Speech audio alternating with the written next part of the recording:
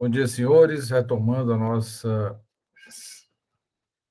sessão ordinária, 89ª sessão ordinária, e vamos para o último processo da pauta, que anuncia o processo de recurso de número 3816/2019, auto de infração 2019, 11962, recorrente Safran Helicóptero, Indústria e Comércio do Brasil.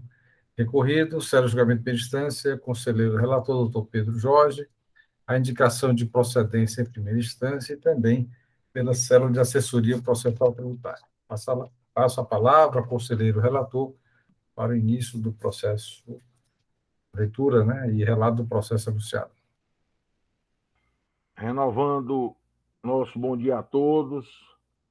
A presente empresa aqui, a presente recorrente, a Safran Helicóptero, Indústria e Comércio do Brasil. E, no caso aqui, consiste em uma auto-infração lavrado para a cobrança do ICMS no valor de R$ 16.738,70 e a multa também no mesmo valor. E os termos são os seguintes, presidente: falta de recolhimento, no todo ou em parte, inclusive devido por substituição tributária, na forma e nos prazos regulamentares. A empresa autuada não recolheu a partilha do ICMS diferencial de alíquotas para a unidade federativa do destino, em operações destinadas a consumidores finais não contribuintes do ICMS, conforme prevê a Emenda Constitucional 87 de 2015 e o Convênio ICMS 93 de 2015. O período da infração, segundo a fiscalização, foi de janeiro de 2016 a dezembro de 2018. E a penalidade foi o artigo 123(1)C da Lei 12.670. A empresa autuada fica localizada no estado do Rio de Janeiro e realizou operações interestaduais de venda para consumidores finais localizados no Ceará entre 2016 e 2018, sem recolher ICMS do diferencial de alíquota, de FAO, devido sob os termos da Emenda Constitucional número 87, de 2015.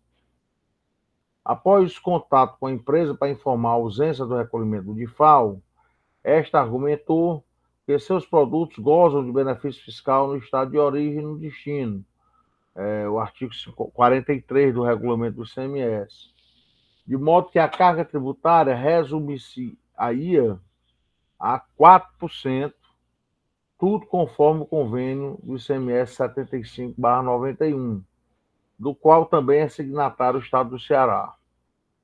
Nos termos do fiscal, em resposta a tais argumentos, a empresa foi informada que, apesar da previsão legal da redução da base de cálculo do convênio ICMS 75/91, de modo que a carga de ICMS nas operações com peças para aeronaves fique de 4%, quando existe a operação interestadual, a carga de 4% deve ser dividida entre os dois estados, obedecendo ao convênio 153 de 2015, ao convênio ICMS 153 de 2015, de forma que a soma total do ICMS dê apenas os 4% previstos num convênio 75/91. Do mais, a empresa foi orientada ainda a solicitar a restituição do valor recolhido a maior para o estado de origem, uma vez que o ICMS que cabe ao estado do destino não deixaria de ser devido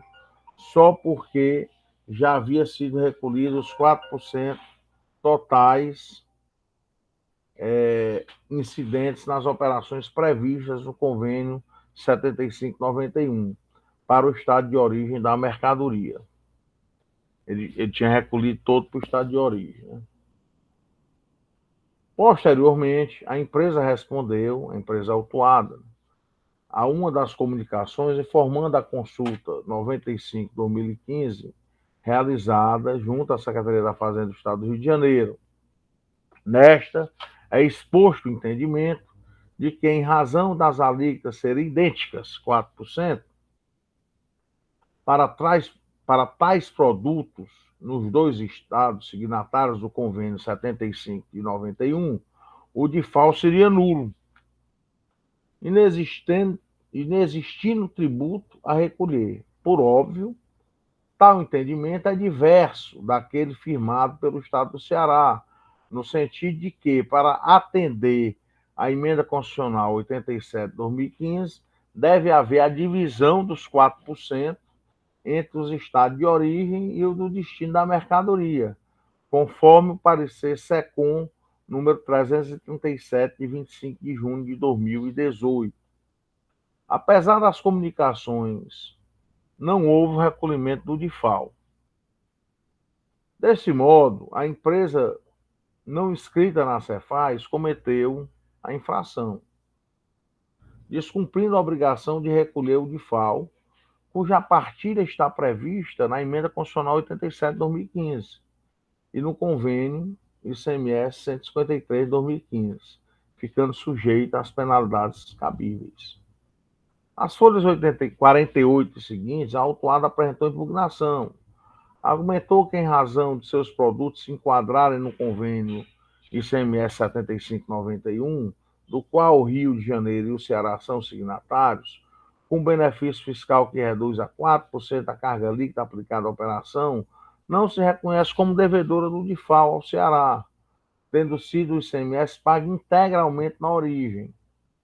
Tudo conforme o convênio 75 de 91 e a orientação da Cefaz do Rio de Janeiro. Para a autuada, no cálculo do DIFAL, a carga dos estados de destino e carga do estado de origem para produtos aeronáuticos,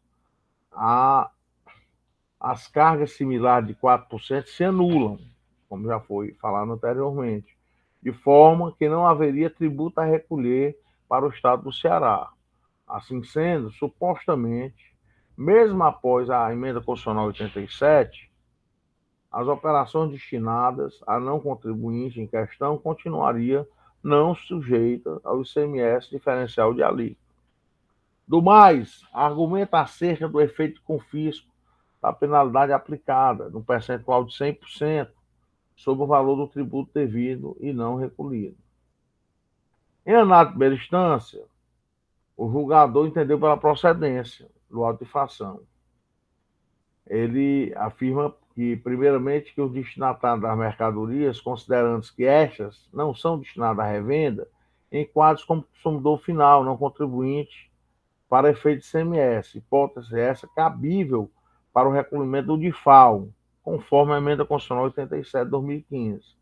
Em seguida, frisa que a cobrança em questão não fere o benefício fiscal disposto no convênio do ICMS 7591, porquanto a carga tributária continua a ser 4. Somente após operada a redução da base de cálculo é que se realiza o cálculo do ICMS, cabendo a cada estado, em seguida, o seu percentual na justa divisão. Outrossim, estabelece o julgador que é equivocado o entendimento de que as alíquotas são de 4% e, consequentemente, se anulariam no cálculo de FAO. A alíquota do estado do Ceará não é 4%, mas sim de 17%. Esta é que, aplicada a uma base de cálculo reduzida, resultaria uma carga efetiva de 4%. E frisa, a forma de cálculo diferencial de alíquota é a mesma, com ou sem a redução do base de cálculo. A discussão não gira em torno do valor do imposto da operação, mas sim o percentual de vida de cada estado, de acordo com o artigo 155 da Constituição Federal, após as alterações trazidas pela emenda constitucional 87, cujo recolhimento era de responsabilidade do autuado. Por fim, estabelece que não cabe ao órgão julgador administrativo decidir sobre o caráter confisco da penalidade aplicada ou a negativa da aplicação do ato normativo em vigor. As folhas 124 seguidas, o autuado apresentou recurso ordinário, basicamente reprisando os argumentos já estabelecidos na impugnação, ainda que acrescentando o posicionamento do Estado de São Paulo acerca da questão, semelhante ao do Estado do Rio de Janeiro, informando a existência de processos que transitam que transitam no STF e discutem a inconstitucionalidade do DIFAL nos termos do convênio 93 de 2015. Analisando o caso, a assessoria processual tributária emitiu parecer sugerindo conhecer do recurso ordinário para negar o provimento e, neste, manter a decisão de procedência da primeira instância. No parecer, é frisado o prestígio dado pela emenda constitucional 87 ao Estado em que estabelecido o destinatário consumidor final, contribuinte ou não, quando da operação interestadual. Ademais, em momento algum ficou fixado no artigo 155, parágrafo 2º, inciso 7 da Constituição Federal, qualquer condição para a materialização da regra fixada, inexistindo diferenciação entre operações com ou sem redução da base de cálculo. Se impõe, assim, quando ocorrida a operação interestadual, a partilha entre os estados de origem e do destino. Por fim, o parecer também afasta qualquer consideração acerca das ações em tramitação no STF, em sede de repercussão geral, vez que não cabe à autoridade julgadora afastar dispositivo normativo em face de possível inconstitucionalidade. Então, presidente, esse é o sucinto relato.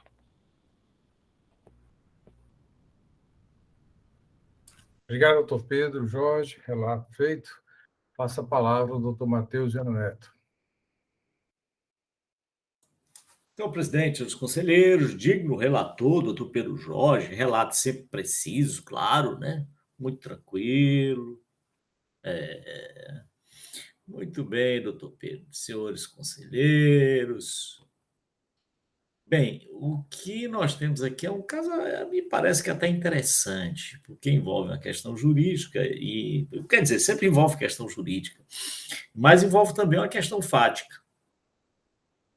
A questão fática, que é a mais fácil até, é quanto ao cálculo do diferencial de alíquota. Como esses produtos estão sujeitos à redução de base de cálculo, por força de convênio, a um benefício fiscal, defende a recorrente que, como 4% já foi cobrado na origem, não seria mais possível a cobrança no destino da diferença de alíquota de 4%, porque a carga tributária total é de 4%, ele já recolheu o estado de origem. Esse é o argumento dele. Mas ocorre que o que há uma redução de carga tributária, não há uma fixação de alíquota única ou a cobrança diferencial não é feita naquela sistemática de crédito e débito e crédito que se anulam. Né? O que ele sustenta é que já foi cobrado 4% na origem, que seria um crédito. Com o débito do destino, crédito de 4 e débito de 4, haveria o resultado zero. Mas não é isso. O diferencial de alíquota é a diferença que você aplica, a diferença de alíquota sobre uma determinada base. Não há a questão da não cumulatividade, de você fazer crédito, débito menos crédito, tal. Não há nada disso. Então, o equívoco do contribuinte ao sustentar que não haveria nenhuma cobrança adicional é por isso. É porque não é uma operação de débito e crédito, é uma operação só de débito. É um percentual, a diferença de alíquota aplicada sobre a base, no caso, a base reduzida, de modo que a carga tributária resulta em 4%. Portanto, a forma como o agente fiscal fez o cálculo, considerando isso, está correta. Então, o cálculo é esse mesmo. É a diferença de alíquota do estado do Sul e Sudeste, que vem para cá, a diferença de alíquota corresponde a 12%, que seria aplicável sobre a carga tributária reduzida, evidentemente. E foi dessa forma que o agente fiscal fez. Então, quanto aos cálculos, está correto. Aí vamos para a segunda questão. A segunda questão é a decisão do Supremo Tribunal Federal sobre a cobrança do diferencial de alíquota, que foi objeto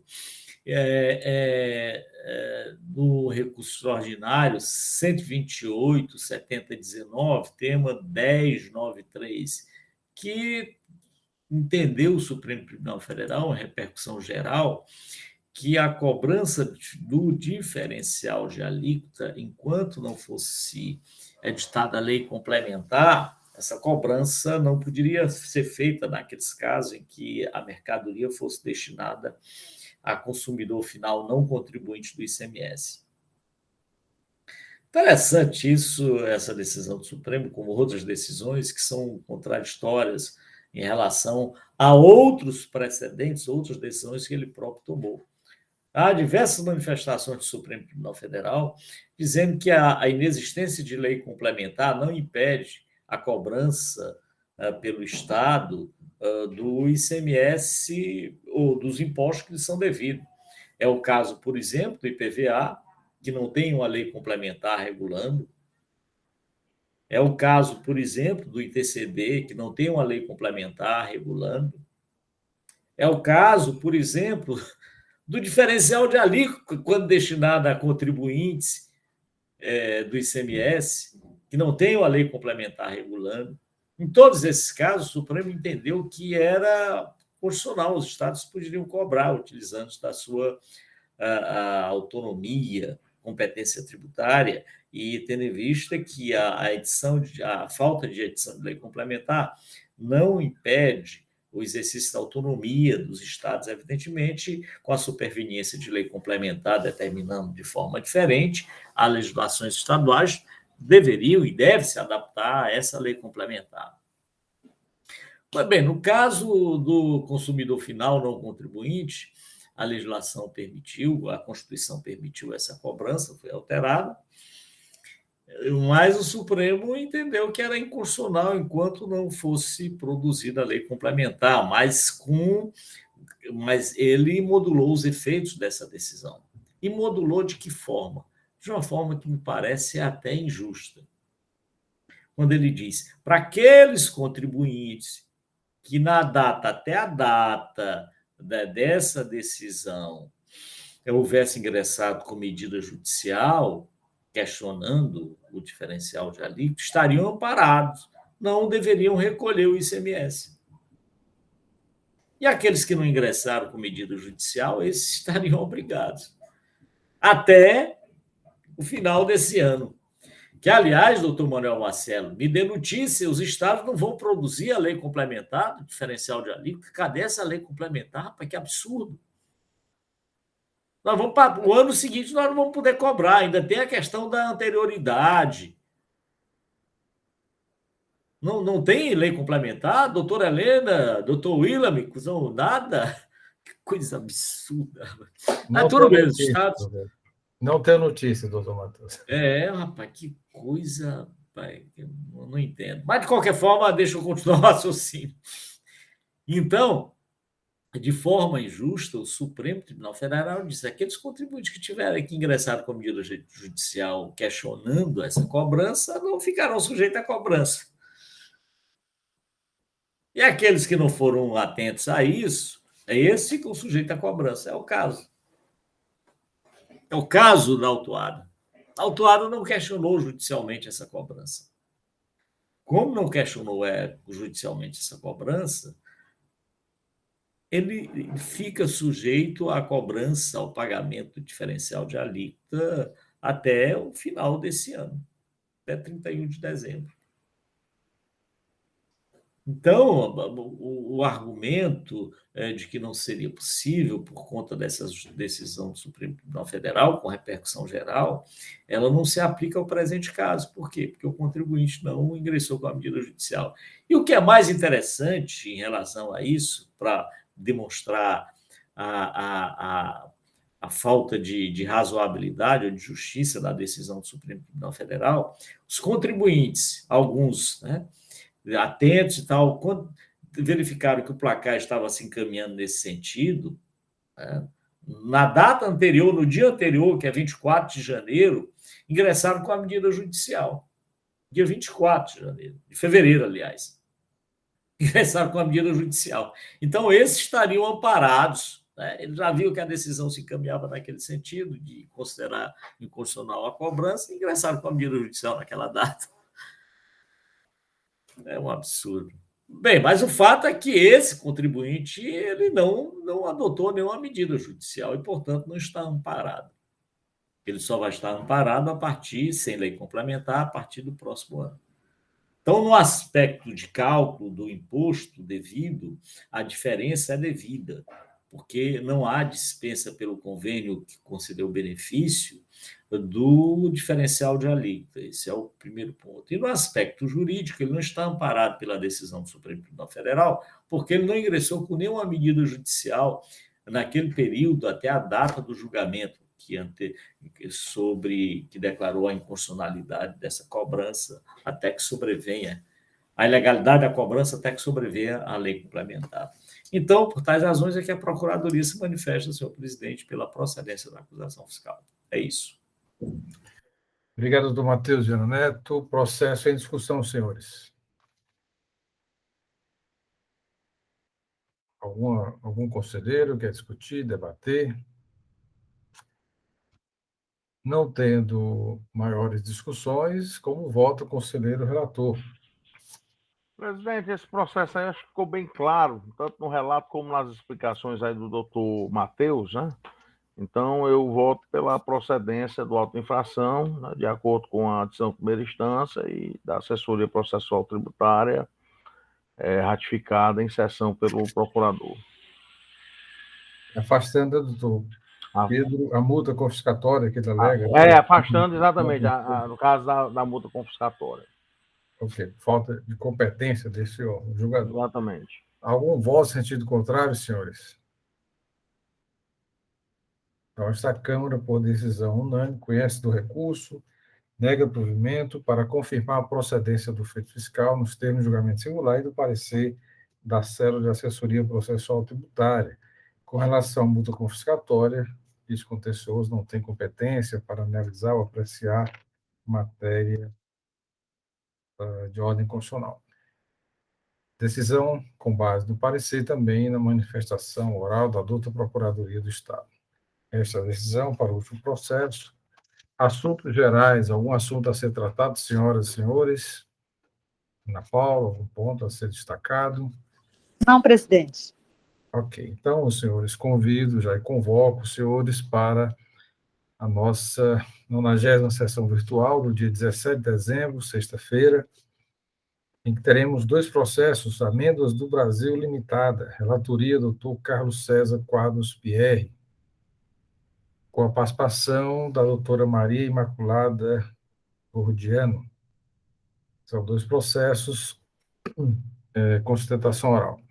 Temos também Unipeças, e aí, pela informação, o doutor Fernando Martins que participará. Não é isso, doutor Saulo? Amanhã, 2 processos da Unipeças Soluções Automotivas. Exatamente, doutor Manuel. Quem participará amanhã será o doutor Fernando. Ok. Da Unipeças Soluções Automotivas e Transportes, que é limitada também, relatoria, doutor Fernando. Não tendo mais nenhum assunto a ser tratado, então desejo um bom dia a todos e até amanhã, se Deus quiser. Bom dia, um abraço em todos. Até amanhã, se Deus quiser. Até amanhã.